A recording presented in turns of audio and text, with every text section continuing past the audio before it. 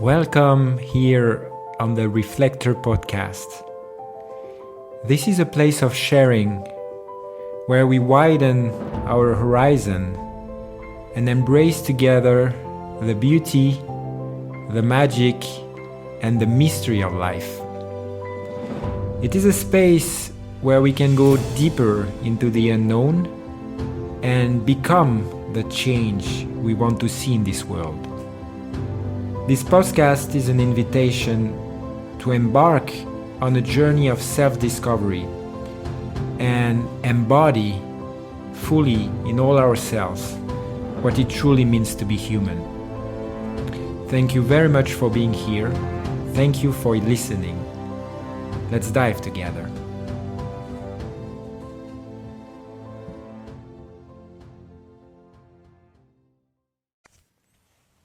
Welcome on this new episode of the Reflector podcast. So this episode is a little special because it's the first one of a new series. It will be a series of a few episodes on a subject that seems very important to me, and I really want to dive deep into it. For those of you who listened to the first episodes about number 11 or what is a reflector, I talk about the self-sensory system, which is, I would say, the navigation system that is opening up. It's part of being human, but it's really opening up to a different level of perception in the transition of the age that we are going through. It's like this system it was underlying, it was undercover somehow, and now it's taking the front line, and we can really learn to live life through that self-sensory system, which is our guidance system. It's a subtle sensitivity of the magnetic fields, actually. And this system, if we want to use it properly and with serenity and peacefully, we need to recognize the functioning of our nervous system. And this is an instinctual and non-autonomic part of us. When I talk about nervous system and what I want to really dive deep into in these few episodes is to understand how the nervous system and the different parts of it regulate our life, regulate our behaviors, and completely change the way we perceive the world and the story we tell ourselves about who we are and what the world is about. So the definition we will have about life is about which state our nervous system is in. Okay, so of course, part of the story we tell ourselves can also have an impact on which level of the nervous system is activated. But basically, if we are always in the same mode of the nervous system, it will be very, very difficult for us to change, to welcome new information in life. It's like the scope on our existence is very, very limited. So that's why I call this first episode to live or to survive. Because it's kind of binary in a way. When we see it from the perspective of the nervous system, is either we are in a mode where we are relaxed and open to life, or we are in a mode where we are protecting ourselves. And if we are protecting ourselves, it's very, very difficult to engage. I'm not even saying it's difficult. It's like we are not able to engage into an open social interaction. There is no alterity in that. The other doesn't really exist except as a threat that we need to either fight against or flight from. So this is what I call to live or to survive. This basically, when we take our nervous system, there are two parts to it. Let's make it very simple for this episode, and then in the next episode we see that it's a little more complex than that, and that there are more than two parts, and that they can combine, and it makes really a complex somehow territory of the nervous system that we will dive into, don't worry. But let's make it very simple today, that either I'm in a survival mode or either I am really living life. And these are two different things. And these are two different parts of the autonomic nervous system. So when I say autonomic system, that means this is beyond my will. beyond my awareness, beyond my consciousness. This system works whether or not I'm aware of it. So the autonomic nervous system will take care of the maintenance of my body, like the digestion, the heart rate, the beating of my heart is regulated by the autonomic nervous system, my breathing, the whole aspect that is happening without my will, then the autonomic nervous system will do it. So it's in opposition with what we call the voluntary nervous system, which is like, for example, now I'm talking to you and I move my arm. This is me deciding that I move my arm and I'm vibrating the vocal cords to produce sound. This is the part of my nervous system that is conscious, that is voluntary. Now we're talking about the part of us that works, whether or not we are aware of it. Okay? And basically, there are two parts to this system, like the acceleration part and the part that increases the speed and that goes for action somehow. And there is the part of us, the part of the nervous system that is relax and digest. So the active, the part of it that is towards action and reaction is the sympathetic nervous system. So when my sympathetic nervous system is activated, it's either because I have a stimulus from the outside, like a stress, a factor of stress, something that is stressing me. Then my sympathetic system will start to make me very aware, to have the senses very acute to my surroundings, to a potential threat. I need to defend myself. I need to be aware what is happening. And when the sympathetic nervous system is activated, it's like my heartbeat is increasing. The flow of the blood is going from the center of my being to the periphery, because I want all my resources to be available to either fight the threat or to flight from the threat.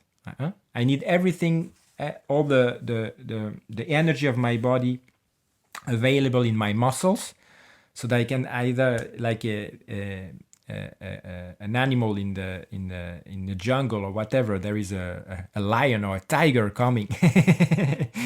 When the tiger is coming, is either I can fight the tiger or I can run as fast as possible. And in both cases, I need all the energy available in my muscles as fast, as efficient as possible, so I can full speed go against or fly away from the threat. Okay, so it is the mobilization of the resources, the sympathetic nervous system. So it works with the adrenal gland, and it makes the whole, like the sugar that was in reserve, in stock, to be available in the blood flow to activate the movement. Okay, so this is like the accelerator. Like if my body is like an engine of a car, it's like the accelerator. I can go full speed very fast. And the other part of the nervous system, autonomic nervous system, is what we call the parasympathetic nervous system. And we call it relax and digest. Because when this part of the nervous system is activated, I can slow down. My breathing is much more slower. My heartbeat is decreasing, relaxed. And we call it digest mode because this is the time when the energy can go back into the center of my being, into the intestines, into the digestive organs, so I can process and digest everything that comes to me. Okay, so in the parasympathetic nervous system, this is the mode when I can relax and integrate any new information into my being. So of course, if I eat something, then I need the parasympathetic nervous system for the enzymes, for the blood flow through the intestines to work properly, for the food to be properly managed, to the movement of the intestines, and for the evacuation through the large intestine, the colon. All this movement will happen when the parasympathetic nervous system is activated. Okay, so it's essential in my life that I can learn to navigate between the two, and we will see that in the dynamic of trauma. When we have a trauma, this is the capacity to move from one to another that is impacted very, very strongly. And unless we regulate our nervous system and we free the energy that has been stuck in our nerves, then it's very difficult to let go the traumatic memory of any event. And actually, a lot of us, we are much more traumatized than what we think of, because trauma doesn't mean we had a very difficult childhood. Trauma doesn't mean we went through war. Trauma doesn't mean we have been raped. Trauma means sometimes very small things that happen in our childhood that were maybe insignificant, but actually had a huge impact on our system. And all of us, we have been traumatized in one way or the other. It's just that we don't have the awareness that it has been traumatic. So it stays clogged in the nervous system. And until we release it, the capacity to have to welcome life and new information and new way to perceive, new belief system is very, very limited. So that's the idea all through these episodes, that we understand how the nervous system is functioning, so we can learn with very practical tools to navigate and have this capacity to switch from one state to the other. And we'll explain in a lot of details those different steps. But basically what I want you to understand today is that when I'm in a survival mode, the part of me that is activating doesn't allow any new information to come in. Okay? And it's not possible to live to my full capacity when I only living with that resource in my being. Because the sympathetic nervous system give me resources. It gives me resources for action. It can also in some ways give me concentration in some aspects of it. Okay? So when I run through this extra dose of energy, it might look like, okay, I can do a lot. But actually, if it's not balanced by the relaxed and digest part of my being, I am actually eating all the resources of my body, and at some point they will deplete. And when they deplete, this is the time when I get burnt out. Okay, and this is something we see more and more in our society. People get burnt out because they don't learn the different parts of the nervous system and how we rejuvenate ourselves only when we are in a certain mode of the nervous system. So the whole path of yoga initially is based on that, is to understand how we can consciously have a way to interact with the parts of us that are usually unconscious. Okay, so you remember I say the autonomic system is an unconscious system, meaning I'm digesting, whether or not I'm aware of it. I'm breathing, whether or not I'm aware of it. My heart is beating, whether or not I'm aware of it. It's going on its own, okay? But the very interesting thing that the yogi found out is that through the breath, actually breath is a part that is at the same time unconscious and part of the autonomic system, because whether or not I decide I'm breathing, because it's necessary to maintain life, but there is also a part of me that can decide to breathe. And I can decide the rhythm of my breathing. I can decide the depth of my breath.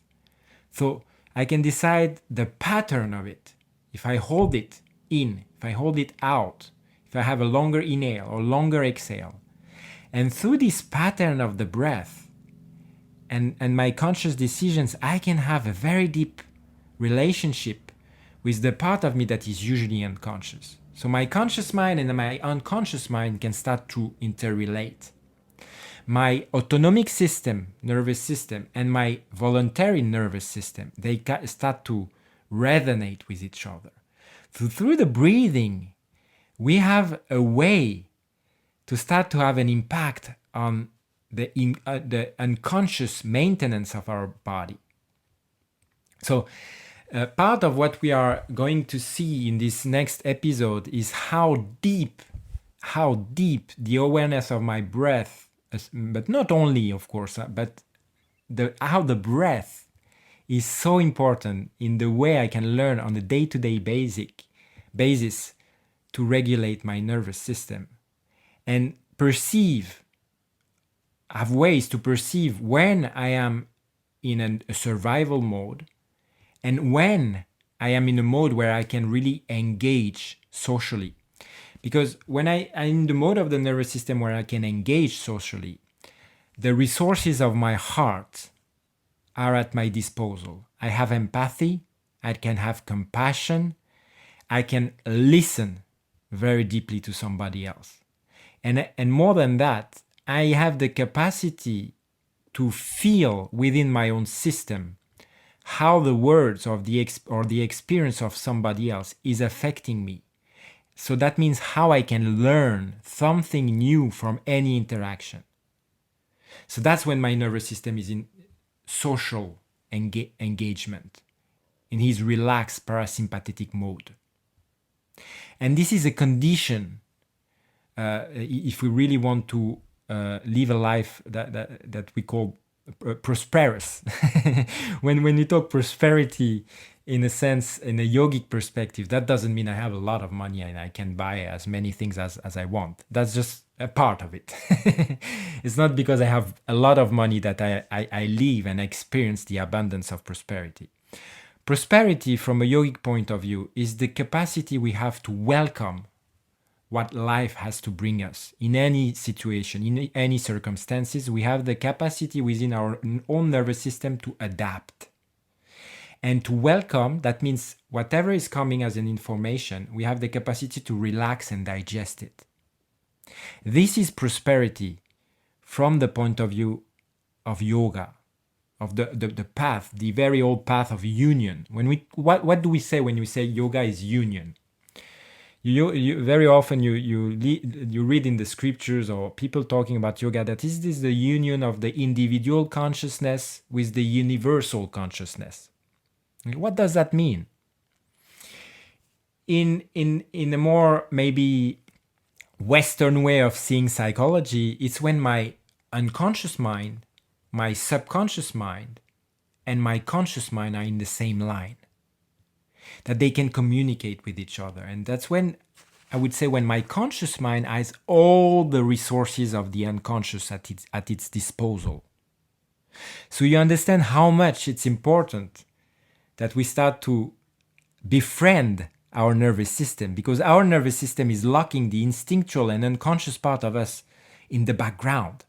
Okay? So if we start to befriend the nervous system, then we start to have a conscious relationship with our unknown. And that's the universal consciousness. This is the unknown part of us. No? What is my personal consciousness? Is what I know about myself. And what is the universal consciousness? Is the rest of the maybe 99% that I don't know about myself. This is the unknown. Okay. So, what is conscious, subconscious, unconscious?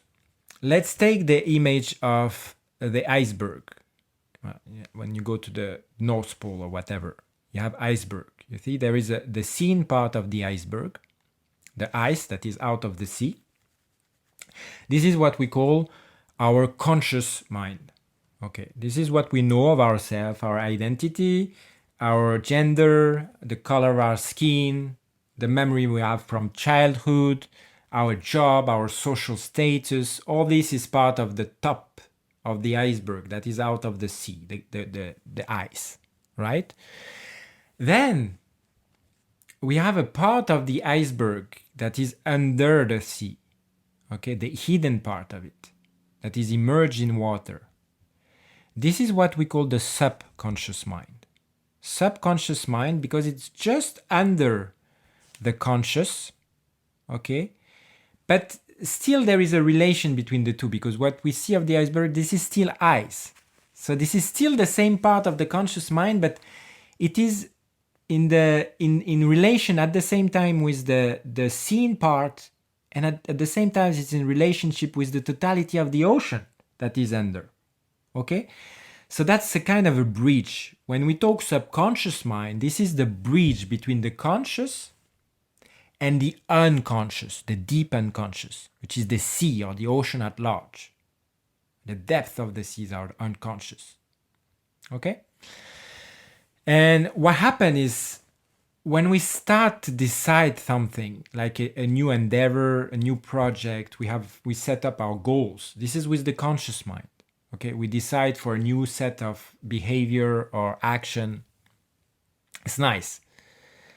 But you can see when you start to engage into your new behavior, your new action, your new commitment, then very often you start to have thoughts that comes against it. Like you have this new discipline, and then there's this thought that keeps you from maintaining this discipline.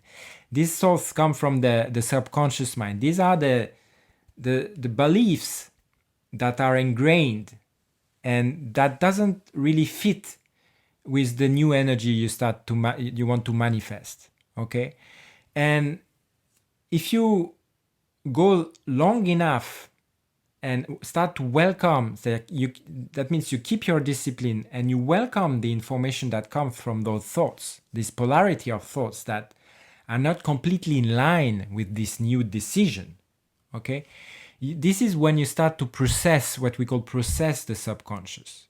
That means all the prana that was previously invested in another behavior start to change shape. It start to change geometry. Because what is a thought? It's a geometry of the prana. It's a geometry of the energy. When you start to welcome those subconscious thoughts, then this specific geometry might be disturbing, might be uncomfortable, might be itching, because that's when the nervous system, actually, the geometry of your nervous system is not in line with it, is not aware, is not comfortable with it. And when you allow this discomfort to affect you, then slowly the geometry of those thoughts is changing.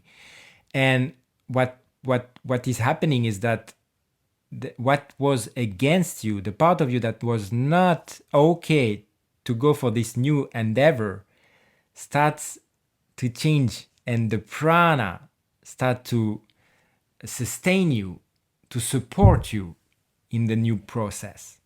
Okay? But this takes time. And when the subconscious starts to be in line with the conscious mind, then you have a time when you start to be aware of the unconscious, the deeper part of it. And when you're aware of the unconscious, that means you're aware of the totality of the ocean. Okay? But the door here is the memories, the belief system that we hold in the subconscious mind. Okay? So if you want to be in line with the creation and you want the whole creation to support the seed you're planting, you need to have the awareness of this unconscious mind. You need when I say awareness, you need to be in line with it. That doesn't mean you are embracing the totality of it at once, but it means you start to relate with the unknown part of it. You know it's there, and you start to use it as a resource. That's what I mean by doing that. And what is really interesting is that this will make sure that you can go all the way in your project. Because until then, the problem is if with your conscious mind you decide something, but the subconscious mind is not agreeing with it, you might put all the efforts you want to manage. You might do anything, the strongest discipline, whatever. At some point, you will end up sabotaging yourself because there is a part of you that doesn't agree with manifesting that. Okay? And until you're aware of it, it will be stronger than you. And it might even sabotage the whole thing at the last moment when you need to. It's the time to harvest the fruits of your work, of hard labor. Then you will mess up the whole thing. Or there will be an outside event that will mess up the whole thing. Because what is the outside? Oh, it's just the manifestations of the part of us that we're still not aware of.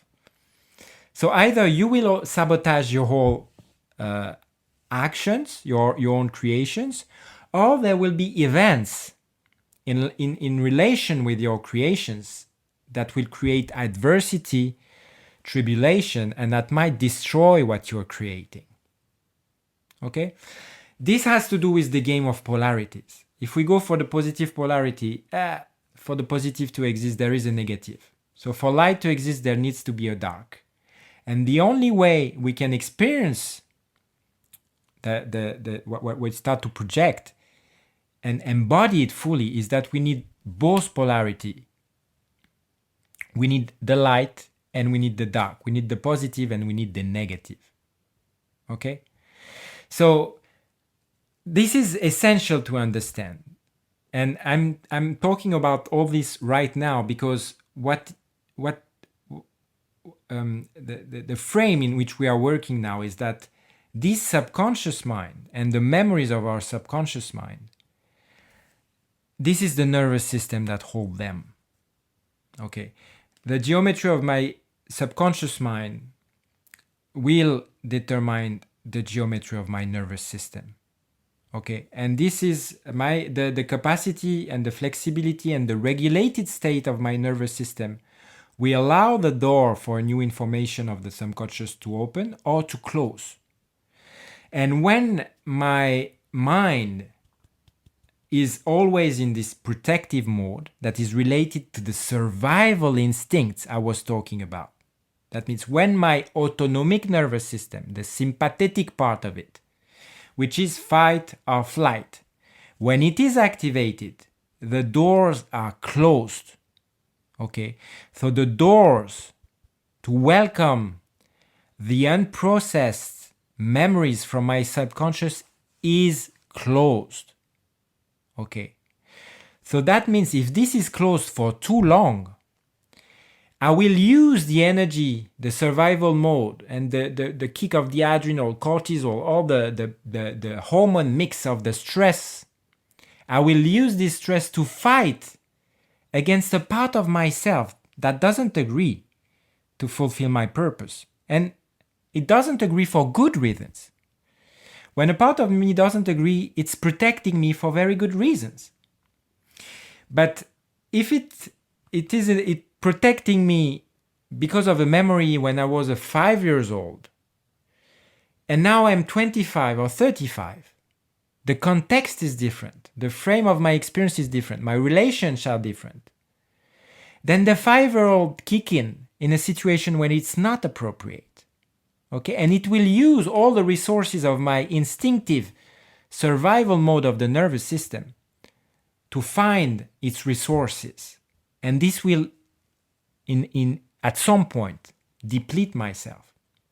So the only way to manifest what I deeply have in my heart, my best intentions, I would say, is to befriend my nervous system so I can befriend my subconscious mind, so I can have access to the totality of my unconscious. And what do I find in this vastness of the ocean of my unconscious? I found my soul.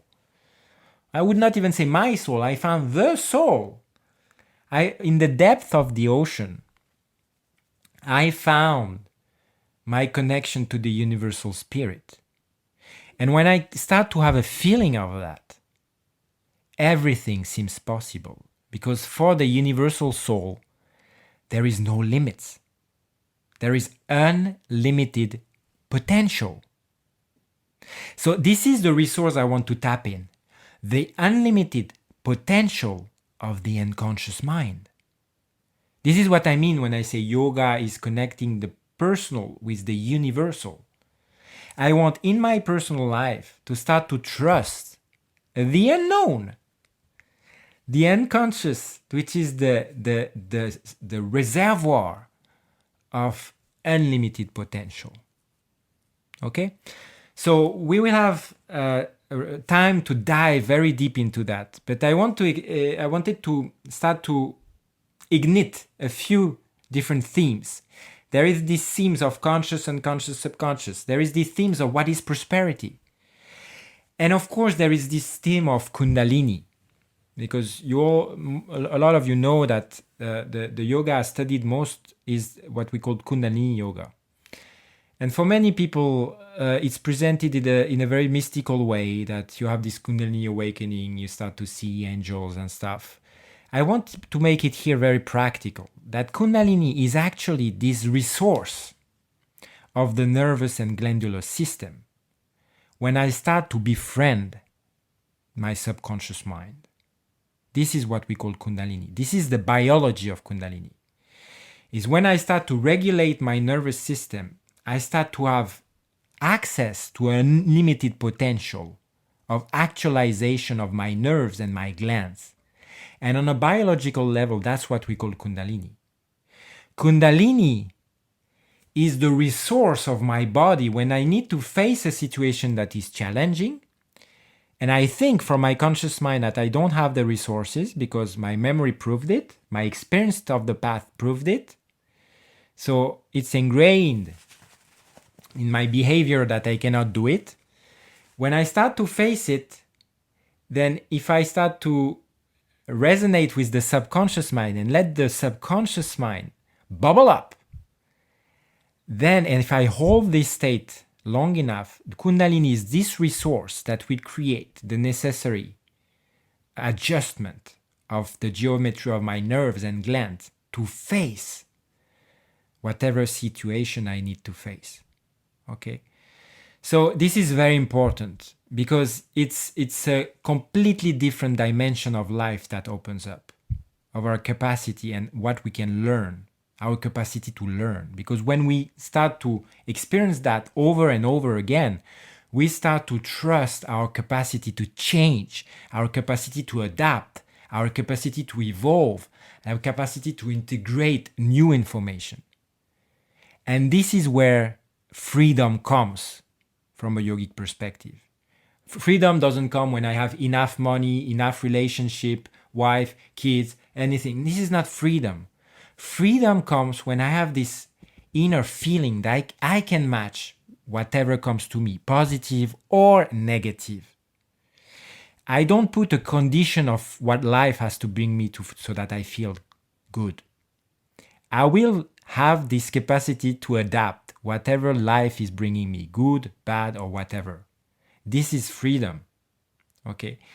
So, more than a subject of freeing ourselves from trauma or healing from our deepest wounds and regulating our nervous system, this series of episodes is about true freedom. But we will see it from a biological perspective and how the balance of our nervous system is of utmost importance so we can navigate in these times we are in. Okay? So, I've talked long enough. It was already half an hour. I know I've said many things in many directions. I hope it's not too much for you. If some things are not clear, please go into the comment section, whatever, Instagram, Facebook, YouTube, whatever in the comment of the podcast. Also, you can share things. Ask questions. I will answer them in the next episodes. I think we'll have, I don't know how much, but maybe 10 episodes or something, because it's a deep subject. And I think if we don't go into that subject of the nervous system, a lot of what we can talk about is on a fragile ground, really, because this is befriending our instinctual self. And once we handle the nervous system, the rest can go smoothly, much more smoothly. So thank you for listening. Thank you for being here. Thank you already for subscribing and for all your comments and your nice support that you send to me on the different social networks. It's very warming my heart to understand also how you relate to it, how it touches you. To feel your feedback is very important for me. So thank you again and see you in the next episode. Sat Nam.